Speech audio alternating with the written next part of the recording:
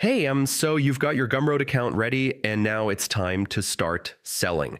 In this guide, I'll show you step by step how to upload products on Gumroad and get them ready for buyers. First, log into your Gumroad account and click on Products in the dashboard. Next, click Add a Product. You'll see options for digital products, physical products, or memberships. Select the type of product you want to sell. For example, choose digital product if you're selling eBooks, software, or courses. Now upload your product file if it's digital. For physical products, enter a description, weight, and shipping details. Add a clear product title and write a description that explains what buyers will get. Include benefits and features to make it appealing. Set your product price. Gumroad allows fixed pricing, pay what you want, or even free products with optional payment. Add a cover image for your product. A good image makes your product more professional and appealing.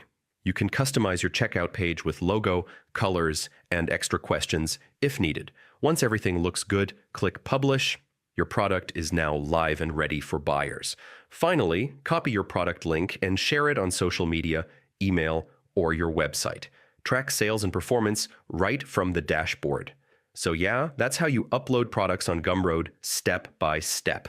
It's quick, easy, and perfect for creators selling online. Check out more guides if you want to grow your sales.